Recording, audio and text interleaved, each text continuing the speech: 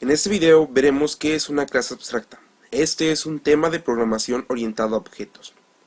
Para empezar, comencemos con qué es una clase abstracta.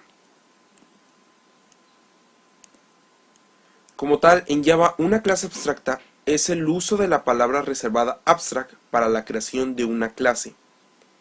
Esta tiene diferentes características que son de mucha importancia. La primera es que una clase abstracta solo se puede usar como una superclase y de esta misma no se pueden instanciar objetos. Una clase, para que pueda ser abstracta, debe contener por lo menos un método abstracto. No necesariamente debe de contener solo métodos abstractos, pueden ser tanto abstractos como no abstractos. Y una clase padre, si es abstracta, las clases hija, todas las que sean clases hija de una clase padre abstracta, deben implementar todos los métodos declarados como abstractos. ¿Para qué se utilizan?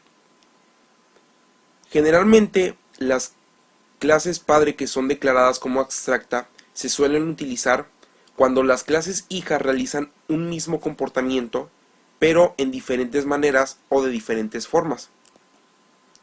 Por ejemplo,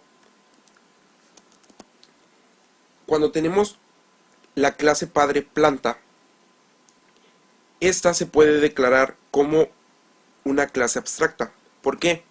Porque podemos tener diferentes tipos de planta, pero cada tipo de planta en el método crecer crecen de manera distinta.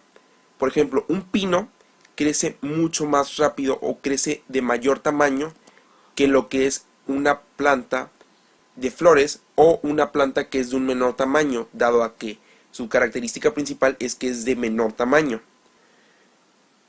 Este mismo ejemplo lo ocuparé para aplicarlo en Java.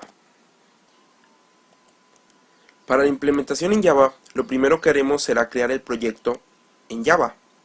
Una vez creado este proyecto, procederemos a crear la clase padre.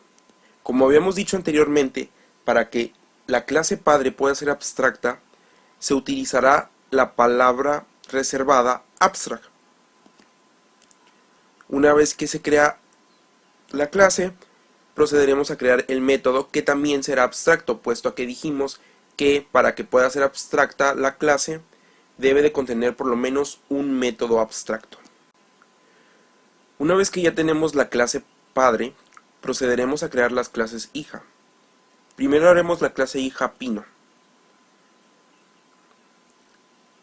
Una vez que tenemos hecha la clase hija pino, tenemos que hacer la extensión de la clase padre, que en este caso sería planta, agregando la palabra reservada extend y luego la clase de la cual se va a heredar. Cuando creamos la clase hija y damos el extend que va a heredar de planta, nos marca una pequeña precaución o más que nada un error, debido a que, como habíamos comentado, para que pueda ser una clase hija de una clase padre abstracta, debe de implementar todos los métodos que son abstractos. Entonces procedemos a seleccionar para que nos dé todos los métodos abstractos que están contenidos en la clase padre. Una vez hecho eso, quitamos lo que viene por defecto y procedemos a agregar lo que va a hacer esa clase hija. Después procedemos a hacer lo mismo con la siguiente clase hija, que es orquídea. Al igual que en la anterior, nos va a marcar un error porque sigue siendo una extensión de una clase padre que es abstracta. Entonces también igual procedemos a agregar o implementar todos los métodos que son abstractos, pero poniendo las características que son de la clase hija. Como último, pasamos a crear los objetos en la clase main. Debido a que no utilizamos datos en las clases hija, procedemos a llamar a los métodos de cada una de las clases hija. En otros casos, donde obviamente sí se necesitarían más datos de entrada, se colocarían los datos correspondientes a cada clase y luego se llamarían a los métodos. Una vez hecho esto, ejecutamos nuestro código y procedería a llamar a las clases hija para realizar la acción.